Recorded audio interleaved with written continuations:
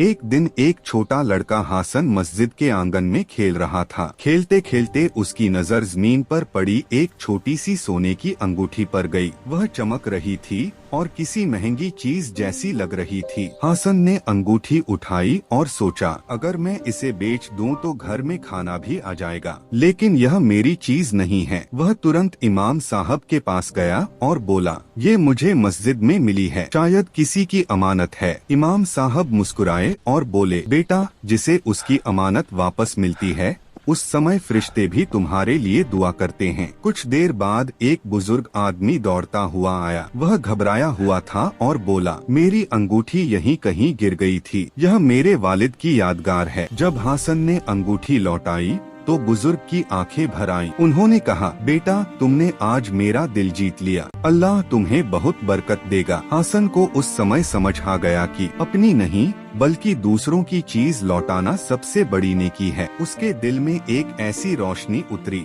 जो किसी भी इनाम से ज्यादा कीमती थी।